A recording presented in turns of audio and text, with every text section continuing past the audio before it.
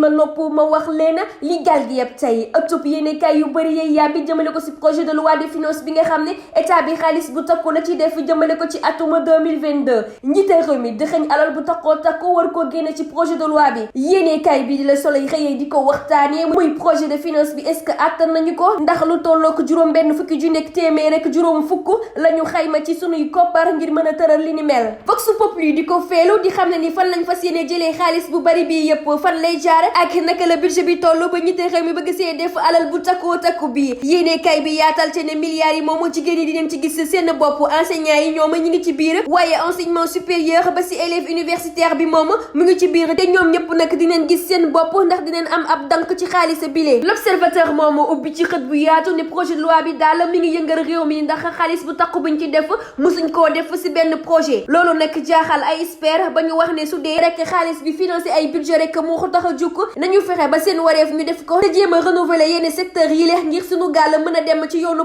émergence L'As quotidien fësal nataalu Macky Sall muy xam le ni moom bëgg na lépp lu ñuy def jëmale ko ci ay dépenses ak ay budget ñu daal di koy def ci ni mu waree moom ñi te réew mi takk na nomba gi ba mu dëgër ngir mën a wëyal liggéeyam bàyyi naa yéenekaay yooyee di wax ci alal bi riir suñuy nopp te ñëw ci yéenekaay bi di Sud Quotidien mu ngi xamal ci xëtam bu njëkk bilan révision exceptionnelle liste électorale yi naka la ñu ko jàngatee ci noonu rek ñu daal di jox kàddu ñi nga xam ne ñoom ñoo dugal seen loxo ci wàllu politique bi nekk ci ay acteurs ñu sekk ci waxtaan ak ku ci mel ni Abdou Salam Bass nekk chargé des élections bu bokk gis-gis Déthié Faye nekk coordonnateur des non alignés ak tamit Cheikh Sarr coordonnateur adjoint de police bi nga xamante ne nag ci majorité bi la bokk ñoom ñi ñëpp nag dañoo taxaw temm ne la lépp leer rawatina coow certificat de résidence yi ndax li ngeen teg suñu kanam duñu ko nangu di jël ay lieu de vote di ko changer ni mu leen neexee loolu nag duñu ci ànd benn yoon te sàkku nañ ci nag lépp lu ñuy def ñu waxtaan ceeg askan wi ba xam fu ñu féetee ñu xool réew mi quotidien fekk fa waa Sénégal di artu ak dànkaafu ñi nga xam ni ay candidat lañ ci élection yi ñu dën ma la teg ci nekk ay journaliste wala ay animateur ndax duñu nangu benn yoon ñuy nekk di wax seen yéenekaay yi bés bu nekk maa ñuy animé di lëmbe dañuy daal di dakkal nag lépp lu jëm ci wàllu seeni liggéey ngir mën a concentré wu jëmale ko ci langue politique bile Vox Populi jox kàddu yenn journaliste yi lee kii di Mamadou Ndoye Bane moom nekk candidat bu maire bu PUR moom nag la mu xamle mooy dafa am kontante bu rëy ndax seen waa dëkk moomu tànn gañ ko tànn moom Ndoye Bane mi lee mënu koo bañ a ñàkk mën a nangu ndax dañ ko xoolaat ko segg ko seggaat ko tànn ko ci biir ñëpp ne ko nag yow yaa ñu doy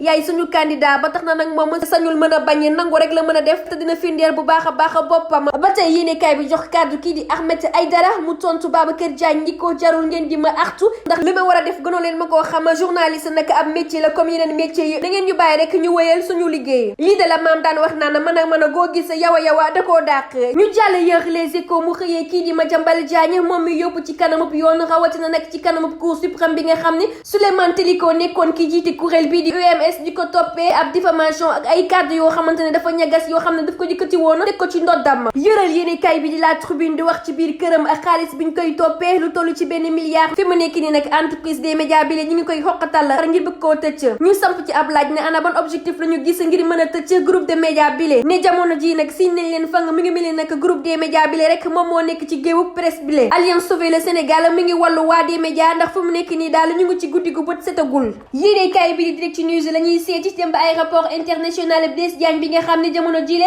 ay jafe-jafe yu bari la ñuy jànkoonteel fi mu nekk nii nag ci wàllu vol yi problème yi bari na si ay vol yu bari yoo xamante dañuy tardé ngay xaarani ba sonn ña fa nekk nag war a lijjanti ñuy dem ak dikk ñoom fi mu nekk nii seen i jumtuwaay baaxul te li leen jaaxal mooy ñi nga xam ne sax VIP la ñu laal wala nekk ci ay conditions yu bakkane fi mu nekk nii nag ñoom seen i bagage la ñuy mujjee toppatoo ñi ngi joxoñ nag baaraam tuuma autorité yi ngir ñu mën a ñëw lijjantil leen foofu yokkal leen ay jumtuwaay yoo xam ne seen i client ngi leen mën a kontaan xibaar yi nag dañu koy ndar képpee ak yéenekaay bi di L'Observateur mu yóbbu ñu ba Tambacounda ñu fekk fa benn waay boo xam ne ab dealer bu mag a mag la waajoojee nag dafa nekk ab dealer bu mag a mag ñu daal di koy jàpp daal di koy mënote jiital ko mu daal di gis ab teen daal di daw sànneeku dugg ci biir teen bi ba noppi di yuuxu di laajte mbégo cigarette ci Sénégal sunu gaal gile lu nekk lay yëpp nañu ñaan yàlla rek muy yebbi te bañ a këpp bi ju tëjal